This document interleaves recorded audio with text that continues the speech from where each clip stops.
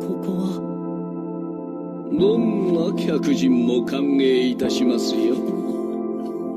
私はヘドン。この塔の管理人。Hey everybody, welcome back to the podcast. More Tower of God as always every Friday until season 1 is over. And we got some news updates before we get into the episode or chapters here. The volumes for 3 and 4 are out in Korea, or at least they're coming out.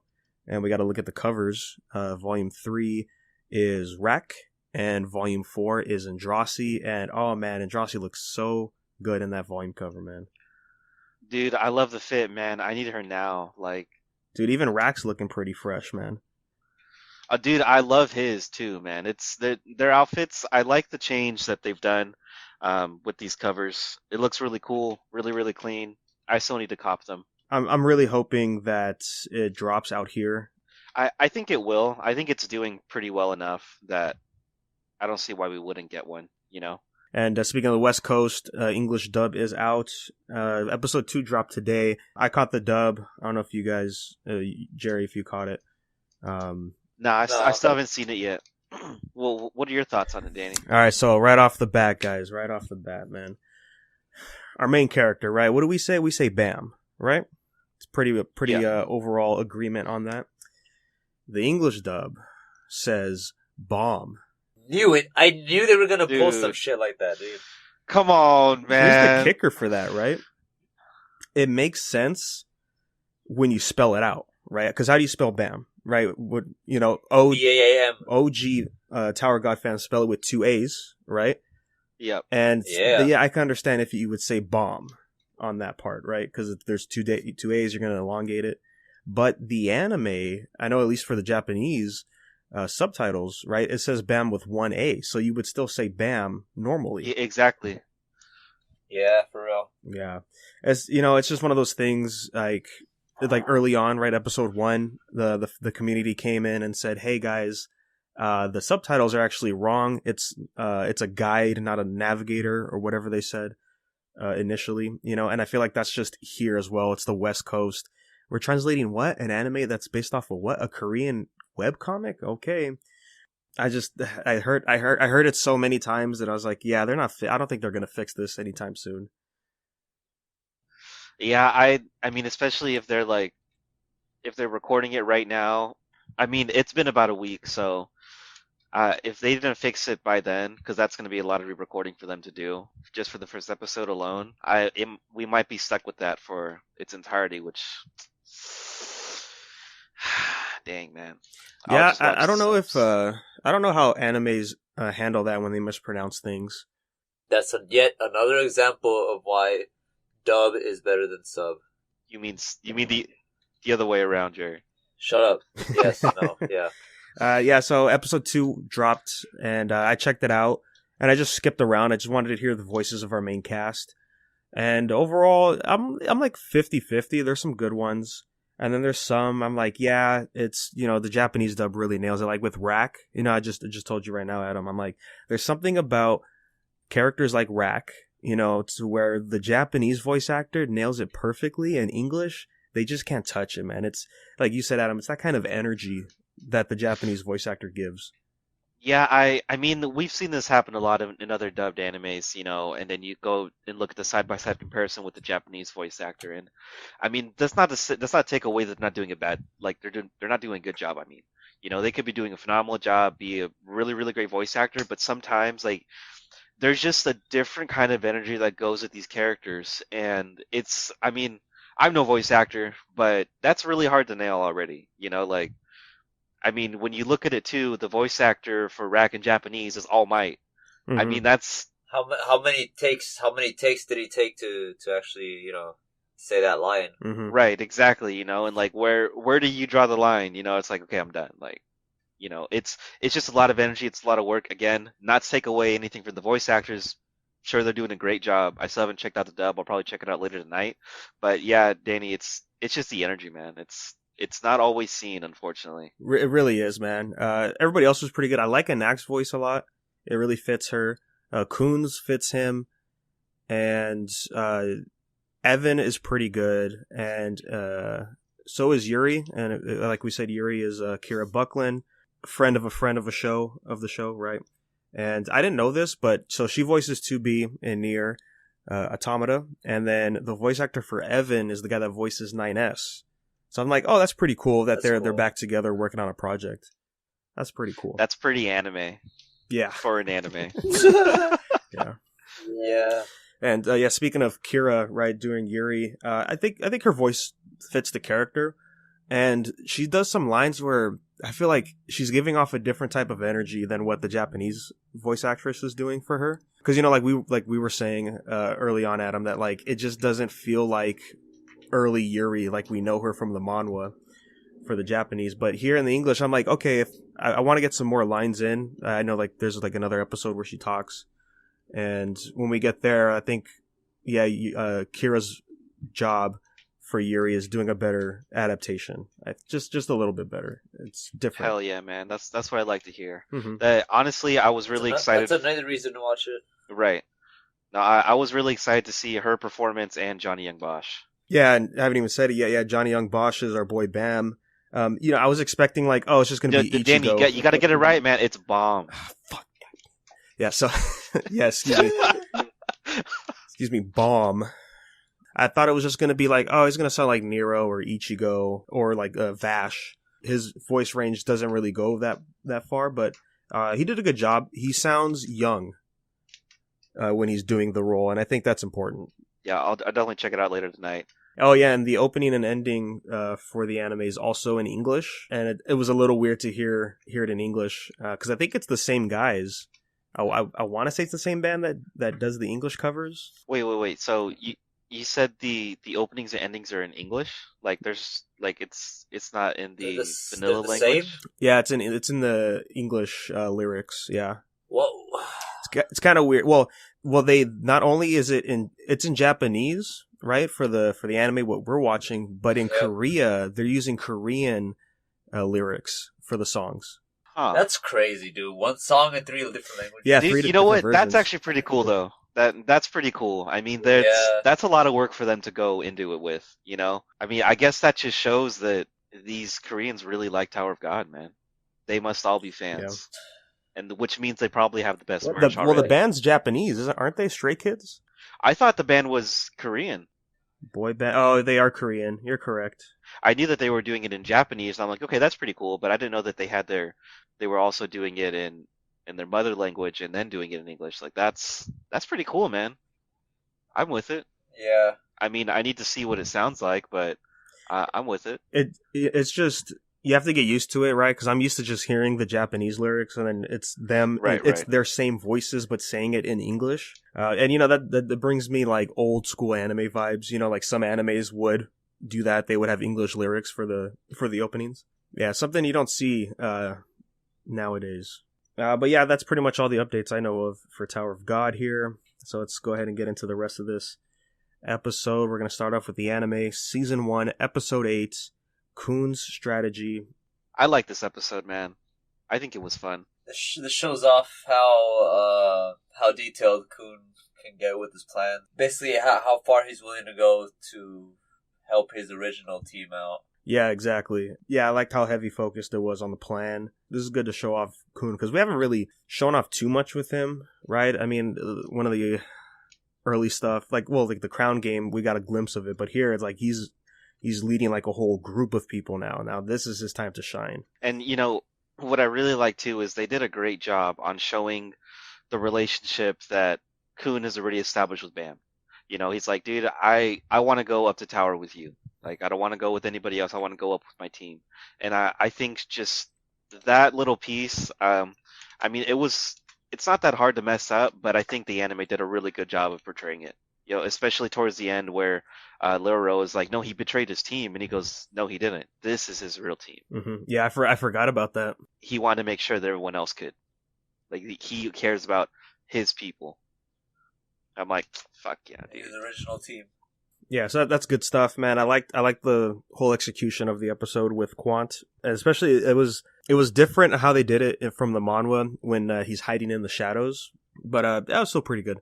I like the action that they're showing off with him. I think it worked out well with the differences that they made in the anime versus the manhwa. I mean, we're still not getting this full-on description of Shinsu, but I'm just gonna keep going back to what you said last week, Danny. Like, you know, when SIU was doing this the first time around, he didn't have anybody be like, "Hey, dude, maybe you should wait on this," you know. So I'm just gonna keep hoping that, you know, all these details of Shinsu and how it really works and what it can actually do are gonna come out later on. Yeah, this episode really was a perfect example if you're following along in the manhwa, because they missed out on two things. And it was with Quant talking to Khun at the end. You know, it's like, wait, where's your it person? You know, like, oh, she jumped down. And in the anime, he says like, oh, you cloned your lighthouse, clearly. All right, she's standing on the real one. This is the fake one from your bag. And in the manhwa, that's not what he says. He says, oh, you're using a second lighthouse. And it's like, what? And it's like, oh, yeah. And he starts explaining the rules of what a lighthouse is and like how far the range goes for it. And then it's made out of this material called suspendium, you know, and like the more pure it is, the more it could float, I guess, or the longer it could float and all that stuff. And yeah, none of that's explained in the anime. And I think that's for the best, you know, because when they were explaining all the classes, right, and then we're seeing people go into the classes, the only classes we really saw in depth was BAMs for the wave controllers, and then I guess Rax for the spear bearers, because we just saw, you know, just him chucking a spear, and that's pretty much it. So we didn't have a preset of what the rules are for a lighthouse, and I'm like, you know what, it's fine that they don't explain it now, you know, or if they don't even explain it in this season, maybe, because it's definitely gonna come up on season 2. Yeah, I think they can get away from it for a little while. But it's like you said, Danny, we haven't seen that much. And then when I was rereading the chapters, I was like, you know what? That's what this test was for. And I can't remember if it's in the anime or in the manhwa where they talk about that the test is really to show what everyone's skill set are, like in your respective position. I think it's really funny that like for the wave controller, they had to pretty much harness together the Shinsu they had and then just like shoot it. And like this test shows everybody, it's supposed to show off everybody's different set of roles. Like when Quan was I forgot that guy's name, but the dude with the wings, when he came down on him, he's like, you're supposed to be a scout. He's like, you do much better throwing a spear. And then like showing off everybody's like strong skill sets, and then spear bearers, you just literally see how far you could throw. Mm-hmm. Yeah. Yeah, I really like that for the anime, how well they had Quaint kind of teach them while he was fighting, explaining what Gerry just said. Yeah, but I think with the lighthouse stuff, they're kind of the only thing they really explained was like, yeah, I mean, you could just use Google on this, you know, and you could yeah, pretty much. You can see a lot. Yeah, you have access to information. Dude, you got Google, Reddit, 4chan, like, what more do you need? You can get all the dirt on see, somebody. You can see somebody's canceled tweets, bro. Like, that's how much info you get. I don't know, but out of all these years, they still haven't answered my question whether or not they're sitting inside a giant lighthouse. Oh, when they're in that or are zone, they just right? chilling somewhere? Yeah. I think... Because this dude, Quant, just went in, and then he just fucking knocked that dude out. Yeah, they make it seem like he's in there, right? Zone. Yeah. I wouldn't mind. That'd be pretty dope. He'd be one of the lighthouses, and then Quant just goes in one of them, and then just... Yeah, that'd be pretty cool. But I don't know. I'm willing to bet it's like that Iron Man shit. It's just all in, like, they got the... Like, it's just... We're seeing a shot of just their face looking at, like, some projection that they have up from their... I'm guessing maybe their pocket or something, you know? That's probably what it is. Oh, yeah. Okay, yeah. I'd be okay with that. I'd be really okay with that. But you know what, Gerry? I completely forgot it. That's one of those things that I noticed in Tower, like when I first started reading it, and I'm like, dude, this will just be answered later on, but it never gets answered. So now I'm even... Right? See, I forgot about that question until this came up right now. And I'm like, oh my god, I still don't know where they're at. They're just chilling somewhere on a cliff. Like, yeah, he's right there. Yeah. But I was really liking this episode, especially at the end when the test was finished. And then I was like, oh yeah, I remember exactly what happens right here. Yeah, that's when Khun, does the old switcheroo here. Yeah, and the anime does it better to keep the suspense on who helps Quant when they're at the bottom. Because in the manhwa, it's just straight up lore, and he's just like, yeah, I have enough Shinsu to shoot you up there, man. And I'm like, I'm glad they didn't show that right away in the anime. That's great. Yeah, I forgot how he got up there. That was a good use. Mm-hmm. That was good. That was really good suspense. I like how he just threw the badge on the ground like he wasn't proud of that. Yeah, Like that was good. They did a really good job this episode. Yeah, really not a lot of variation here, or deviation from the manhwa, rather. Just the one, I guess it doesn't really matter, but Anak wanted a fight instead of keep running to the exit. And that's when Shibishu's doing like, make daddy proud, you can do it. While he's getting beat up by Quant. Yeah. And I was like, yeah, we don't really need that part. The other thing that we missed out on, which I think it's fine. I don't know if we'll get it in the next episode, but it's with all the teachers of the positions. I feel like that's... I think that's more of an anime situation than anything. I don't think we're going to see them next episode. Yeah. I mean, it would be nice to see the dialogue that Bam's teacher says about him, or about this team in particular. Again, if we don't get it, that's totally fine. I'm perfectly okay with that because they're doing everything else like really, really well. But not Leiroro, but Hungsu. Yeah, Hong Sung Yu. Yeah, I'm pretty sure he'll mention it, if anything. Yeah.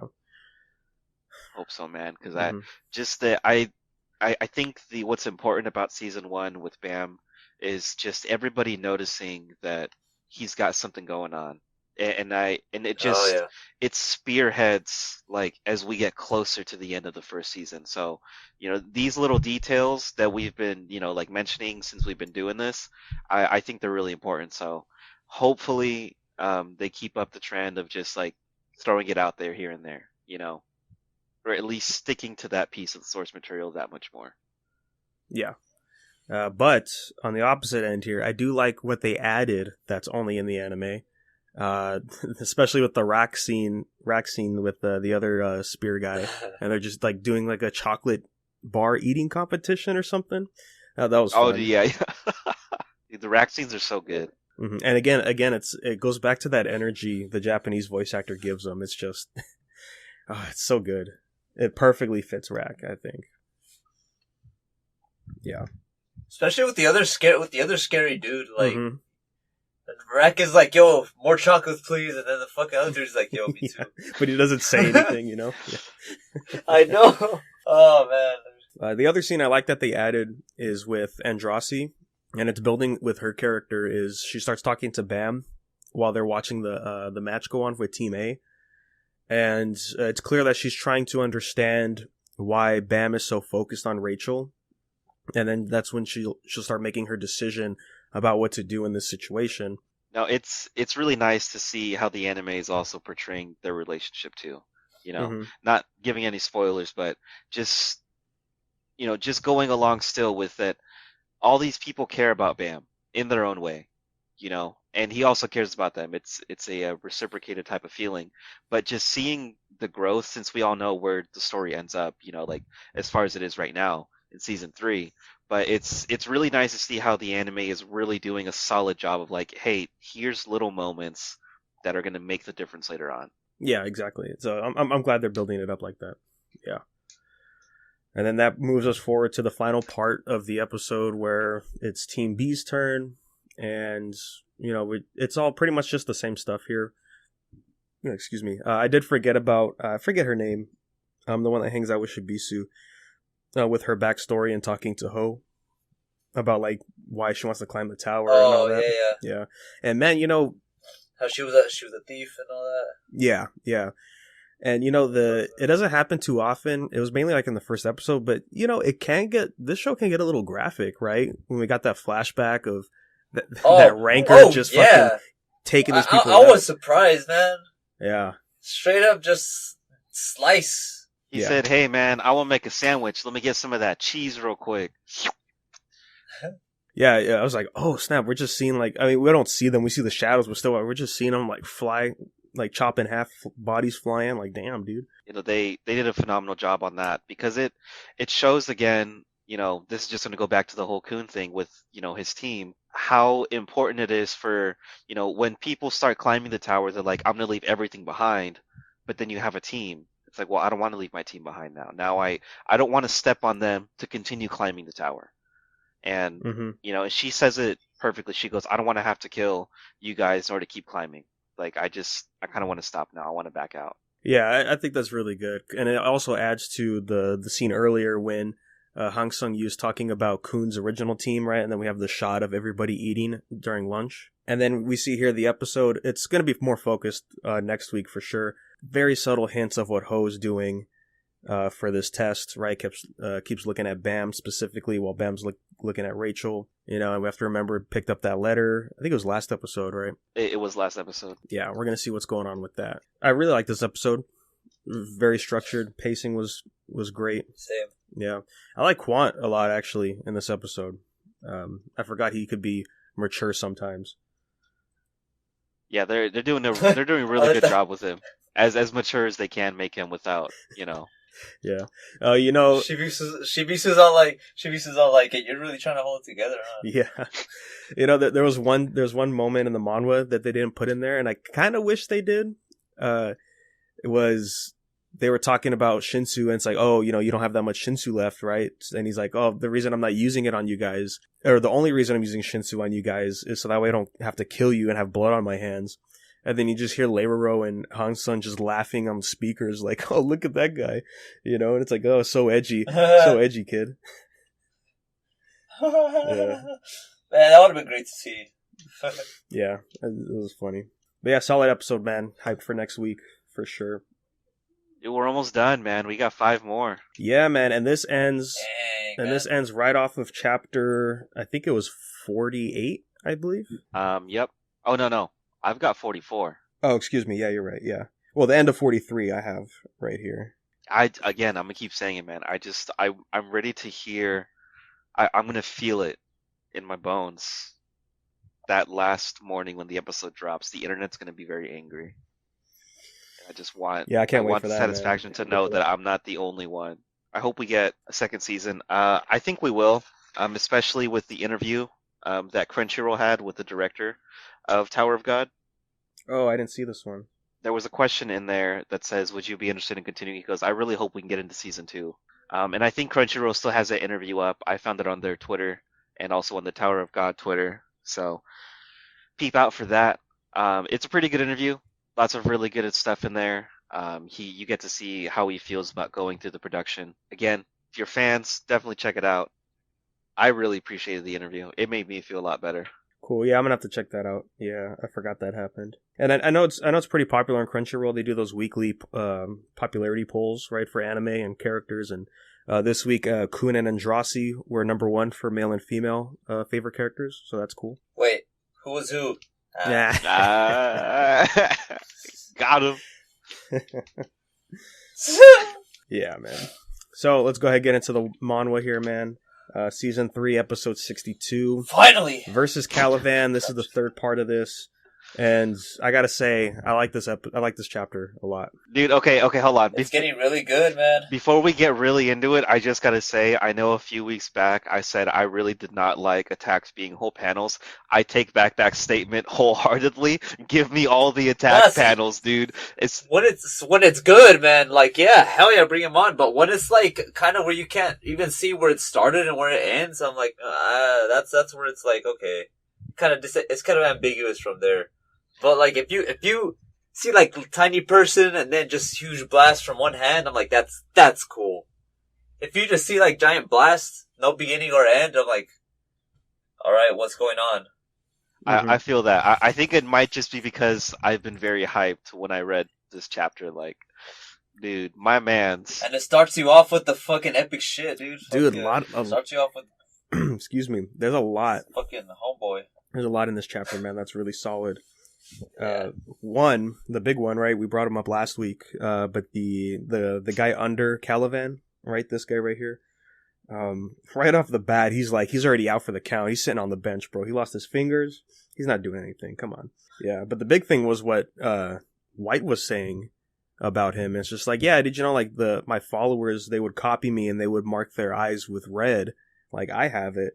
And looking at you with the blue, you're probably one of those lower ranked rebels. And I was like, whoa, what? That's cool. I know that's a lot more fucking lore to what's going on, dude. You guys have to I remember, love this White shit. is fucking old. He's like, what, like hundreds of years old. Almost ancestor. No, I'm not ancestor. No, he's not even that old, huh? No, The ancient powers were like when the tower was first started, right? he showed up after Dowan and Cha got locked up, and that was, what, like 300 years ago or something? Like Something 400? like that, yeah. Man, This dude's old, man. See, that's where it gets me, man, with Tower, is like just the age. Like, time is crazy. I remember, dude. I think it was in the anime when they brought it up or something, Yuri, you know, like within 500 years, she's one of the first princesses to actually get one of the weapons or whatever. Out of the recent 500 years, excuse me, what did you just say? And hey, you know what, guys? Yeah, since we're talking about this, I did do some research a while back. I don't know if I ever told you guys, because my question was like, I thought being in the tower made you immortal anyways, right? Because we have a lot of people who are hundreds of years old who aren't rankers, right? Those two guys on the floor of death that Bam and them hung out with, the guy with the rose whip and all that. And I looked into it, and these guys basically said the Shinsu in the tower slows down your aging, is what it does. And then when you become a ranker, you're given the opportunity to become immortal.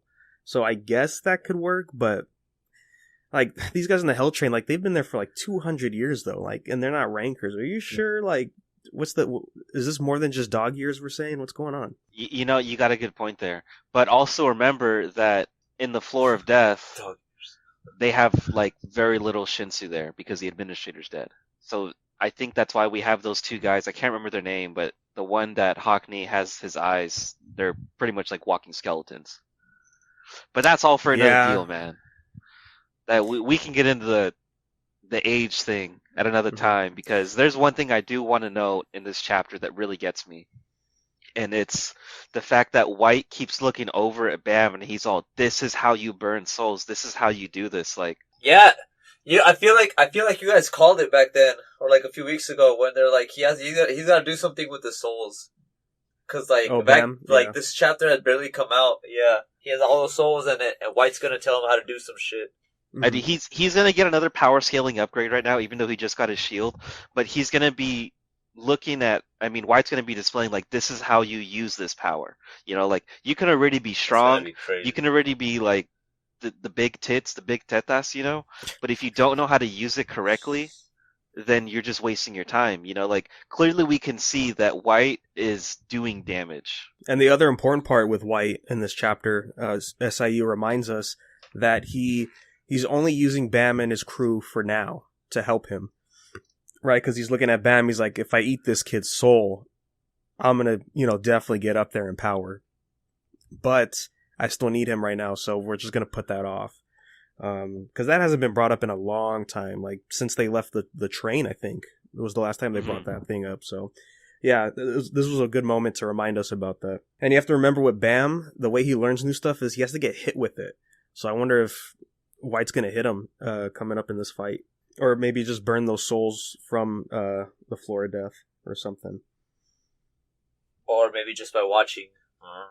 I don't know if it is by watching though, right? Because I think he actually has to get hit by it. Well, okay, so it's I think it's both ways, because when he learned Jin Sung Ha, his teacher's technique, by watching him do it to rocks, those boulder things when he was training with him, which is why I feel like his isn't perfected, the way Jin Sung Ha is, because every single time he's done against Kallavan, he goes, this doesn't really do nothing to me. It's not until he does the reverse flow then that actually does damage. So I feel like he'll be able to get the idea of the attack, but not until he actually gets hit with it, then he can instantly copy it. Dude, his whole body's a Sharingan, man. Like, that's what gets me. Yeah, that's what I was just thinking of right now. Yeah. I know for sure he has to get hit with certain attacks, because that's when he got his transformation power. It's because he got attacked by one previously in that arc. So yeah, I guess we'll see. We'll just see during this fight. Another reason I like this chapter is we get more understanding of Kallavan's character in here, and it's just the writing with Kallavan has been so good this entire arc, man. Really, really great stuff. he's one of those villains that he doesn't even feel like a villain, man. Like he's just the guy out Yeah. there trying to do his thing, man. Dude, it's fucking Toguro. Dude, oh my god, you're right, dude. Oh fuck, dude. Imagine.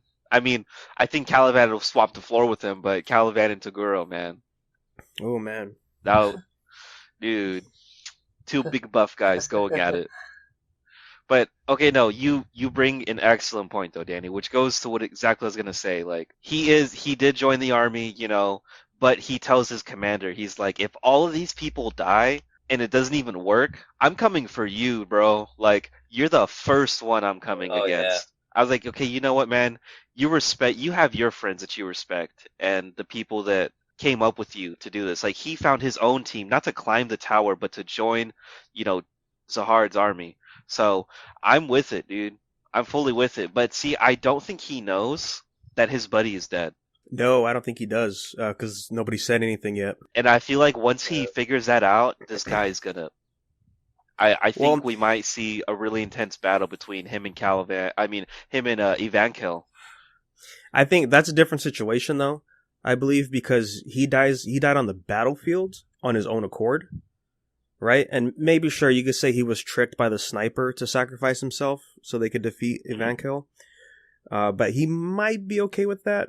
But yeah, them blowing up the cage up, and then if that fails, I'm pretty sure he'll be pissed off about that.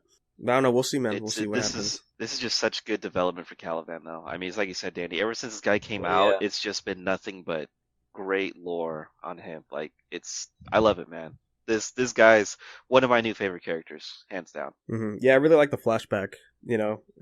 Like his characterizations hasn't changed that much, but you can see he's still come a long way during that flashback before they joined the army. Yeah, he has a lot of pride. He has a lot of pride in being a soldier, and I'm sure he has a lot of memories with his. I don't know, with the rest of his team. So like, hearing that suicide mission is like almost enough to make him like question his orders. But I like that. I like that ultimatum. Yeah, and also adding to the line of, oh, don't worry about, like, they're expendable because we have another group behind the walls who are already strong. We have a backup team coming up, like waiting for them on the other side of the wall. It's like Kallavan right there realized right then and there what he's worth. What he means to the rest of the army. Yeah, what he's worth. Yeah. And dude, I forgot that there was this Jihad princess has been chilling over here the whole time, or what? Like, what's going on? Yeah, bro. Oh, yeah, Machete dude, Jihad. She's big chillin'. But yeah, I guess I forgot she was here at the wall. Because I know she was here before, but I don't remember if she was here or not. No, it's one of those things like with Hockney, like they're there, but we forget that they're there. There's so many people here at this time, man. It's hard to keep track of everybody. Like some show up for like one panel and then they don't show up for a while until later. Yeah, like Yama right here. He shows up for like 2 panels. He's like, yeah. He's like, yo, where'd that ship go? Dude, I'm gonna call something right now. I feel like they're gonna do some Kiba shit, okay, from Naruto. When the warship gets really close, Yama's gonna be like, "Hey, yo, what's that? Yo, who's right next to us?" And then the plan's not gonna work. I feel it. I feel it. Him and his dog nose is gonna pick up, because he already was like, "I haven't seen the warship in a while. Something's not right." Yeah, he's gonna smell the I'm calling Shinsu it or now, something. Yeah, I could see that. Man, just looking at these ships again, with this shot, I was like, what is this, like, this Warframe bullshit we're getting in Tower? It's... I could forget how ridiculous some of these warships look like. Dude, what gets me is the cage don't even look like a cage, man. That's just... It doesn't even look like a ship. No, it absolutely doesn't. Yeah, I mean, it looks cool, right? But... Yeah, this was good. I'm really eager to see the next chapter. Yeah, because like White says, he pulls out this like the Chidori looking ass sword, and it's like, yeah, this is one of the strongest swords I can make right now. Chidori looking ass sword. Yeah, anime. Dude, it really is. It's like a Chidori Rasen Shuriken like aura going That's around. not even a sword, is it? It's just like Shinsu shit. I don't know, whatever he said it was. Dude, he says this is the strongest sword I can make. It don't look like one, but this is. It looks like when you light off a flare, Like, you just do that, and you're like, yeah, this is my sword. Yo, I don't know if you guys saw it, but at the end of the bottom of the page, it always has like those ads. Yeah, did you see that one for this new game? What was it called? Hero? Oh, dude, the Kantare? mobile game with like 5 different manhwas in it. Yeah, dude, I didn't even see Is this. that the one you're talking about? Yeah, it's got the big boys here. Tower God, hardcore leveling. Yeah. God of High School. Jesus. That's where this art came. Because I've been seeing this art for Tower God, and I'm like, I know this is official, but what is it for? But now we have a fucking game out here, guys, with Tower of God in it, bro. Dude, Fucking it's not out yet. pre- It's not out yet. I think I looked at it the other day. You It's could still pre-register. in development. Yeah, but you could pre-register. Oh, there's a story for it. Dude, have you seen the story opening for it? No. Dude, if I never told you guys about it, I'm so sorry. I probably was very discombobulated. But dude, watch that shit, man. It's actually pretty cool. Like it's Dude, it's Watch like one. one of those mobile games that actually might do really, really well. Dude, this is their J-Stars. That's what this is. It pretty much is. Well, based on the other games I've seen that Tower of God is featured in, I'm sure it'll look fine. Especially like how the artwork looks in here. Guarantee that it's gonna be okay. It's gonna be those ones where I don't know if they're essentially 3D models for the characters, like during gameplay, but they do have like idle motions, so I'm sure it'll be fine. So, oh man, that got me hyped, dude. Oh shit! Just thought I'd share that because I didn't notice that before. So cool. Other than that, man, this has been a really enjoyable chapter overall. Definitely hyped for next week. Dude, next week though, next chapter though, next episode though, like it's a great time to be a fan, man. Great time. Yeah, it really is a good time to be a fan of Tower right now. Yeah, buddy. And so I think with that, safe to say we could bring this episode to a close. So thanks for listening, everybody. unversedpodcast@gmail.com. If you have any emails you want to send us, any comments about what you think of Tower so far. And, you know what I almost forgot, guys? I know the community has been hyped when he showed up a couple episodes ago for the anime. But the leader of the Spear Revolutionaries, in the anime, the green guy. I don't know if you guys remember him, but people are hyped to see him. Green guy. Oh, yeah. Yeah, you don't remember the Spear Resistance? Yeah, the green guy with like the gold hat. He was arguing with Hatsu in the episode. Oh yes, yeah. Yeah, that was. Everybody's just like, yo, it's the real boy. He's here. And of course, you can follow us Unverse Podcast anywhere you go on social media. Stay update when the latest episode drops. That's gonna be it for us today, guys. Thanks for listening. We're gonna catch you on the next episode. I guess you don't know what to do and everybody wanna be somebody else. I've been nesting in the coop, I never level, I'm disheveled when I'm always leaving fruit that's on the shelf. Never ripe, you were never right. I never knew to know the moon, never nice, never right. And I'm back to the cocoon, you ain't been on my mind. I'm passing empty bottles on the street. Smash glass, past that, cut beat, concrete. Speed cut, I cut beats, lay tracks and pass out till I black out. Do I know if I'm the man now? Do I know if I'm alive still? Spill blood because I'm too trail. I don't feel a thing, who gonna climb hills with me and pass me? It's all skill, eventually. My mind is too ill to build yourself for new bills and no frills. Break until I'm cut, these razors in my cut.